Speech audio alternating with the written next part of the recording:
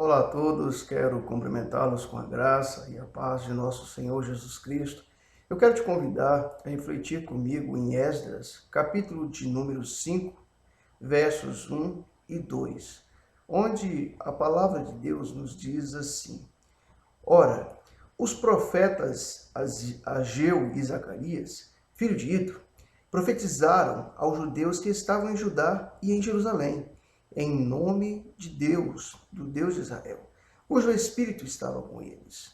Então se dispuseram Zorobabel, filho de Selatiel, e Jesua, filho de Josadaque, e começaram a edificar a casa de Deus, a qual está em Jerusalém, e com eles os referidos profetas de Deus que os ajudavam. Estaremos refletindo a respeito do tema um templo que não deve ser destruído. Pois bem, nós podemos perceber que a história aqui escrita no livro de Esdras nos conta o relato da construção desse templo. Talvez nós façamos a seguinte indagação: Salomão já não havia construído o templo, utilizando-se de 153.600 homens? Evidentemente que sim. No entanto, o próprio Deus havia advertido a Salomão e todo o povo de Israel que, se porventura esse povo pecasse contra Deus, abandonasse a Deus, certamente aquele templo, aquele santuário, aquele local de adoração seria desprezado, seria destruído, seria motivo de maldição. E de fato, infelizmente, isso acaba acontecendo.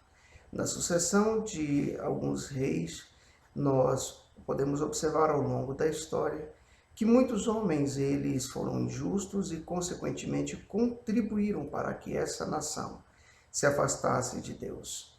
E infelizmente muitos se levantam contra os judeus e esses, por fim, ao serem levados ao exílio, estando na Babilônia, passam por ali algum tempo. É quando, na época do rei Ciro, esses então são enviados a Jerusalém, um grupo de judeus é enviado a Jerusalém para reconstruir o templo, a casa de Deus.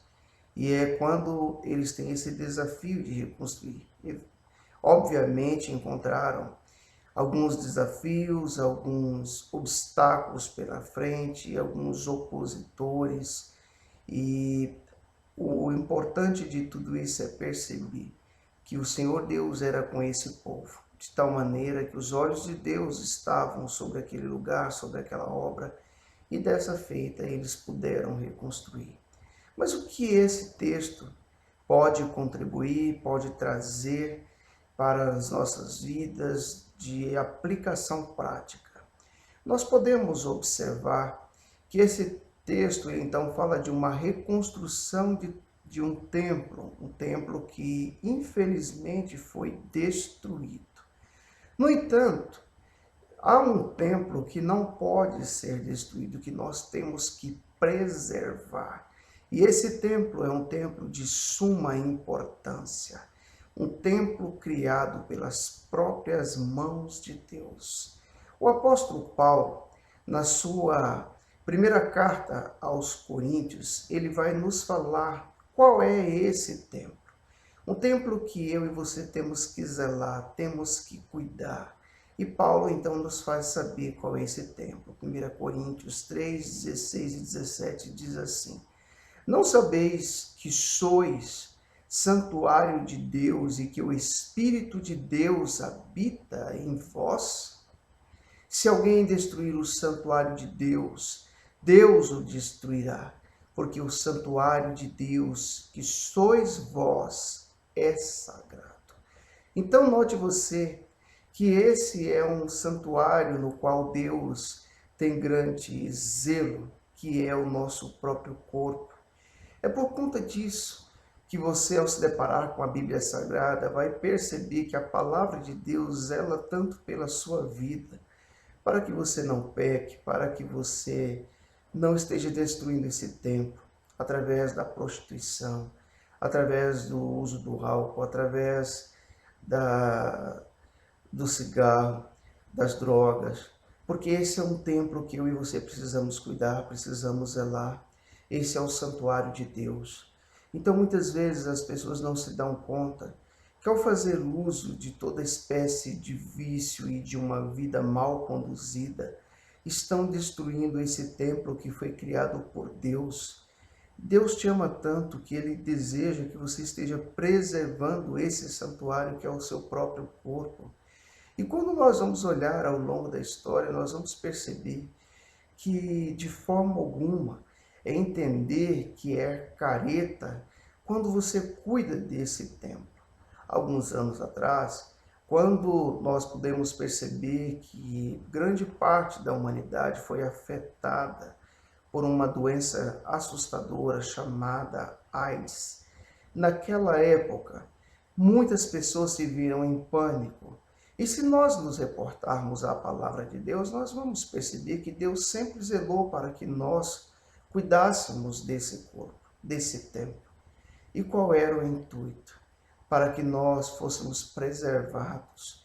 Então, quando nós nos deparamos com o drama de pessoas que se encontravam, nós vamos perceber que, em grande parte, pessoas adquiriram AIDS por conta do mau uso desse templo, desse corpo que Deus lhes deu através da prostituição, através de seringas infectadas e outras situações afins.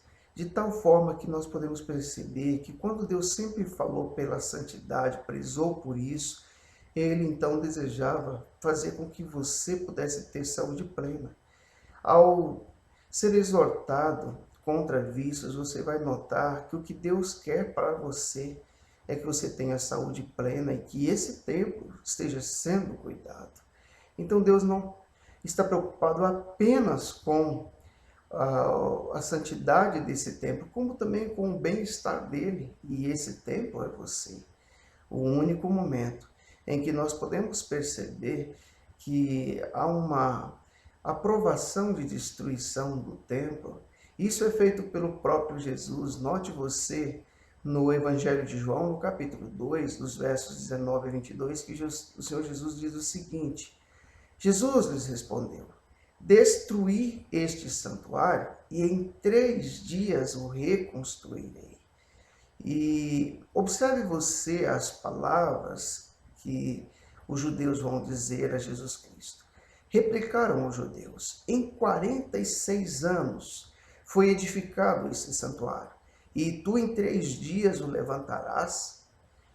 Ele, porém, se referia ao santuário do seu corpo. Quando, pois, Jesus ressuscitou dentre os mortos, lembraram-se os seus discípulos de que ele dissera isto, e creram na Escritura e na palavra de Jesus. Então, note você, que enquanto os judeus estavam imaginando um templo construído por mão dos homens, o Senhor Jesus está falando do templo que era o seu próprio corpo, que nem mesmo a morte pôde destruir.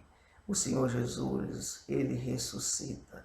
E o meu desejo é que você possa cuidar desse corpo, possa zelar por ele, possa prezar pela santidade. Se você até o dia de hoje estava destruindo esse santuário, é tempo de se arrepender e de zelar e de cuidar desse templo, que você possa lembrar-se de que é importante que esse templo não seja destruído.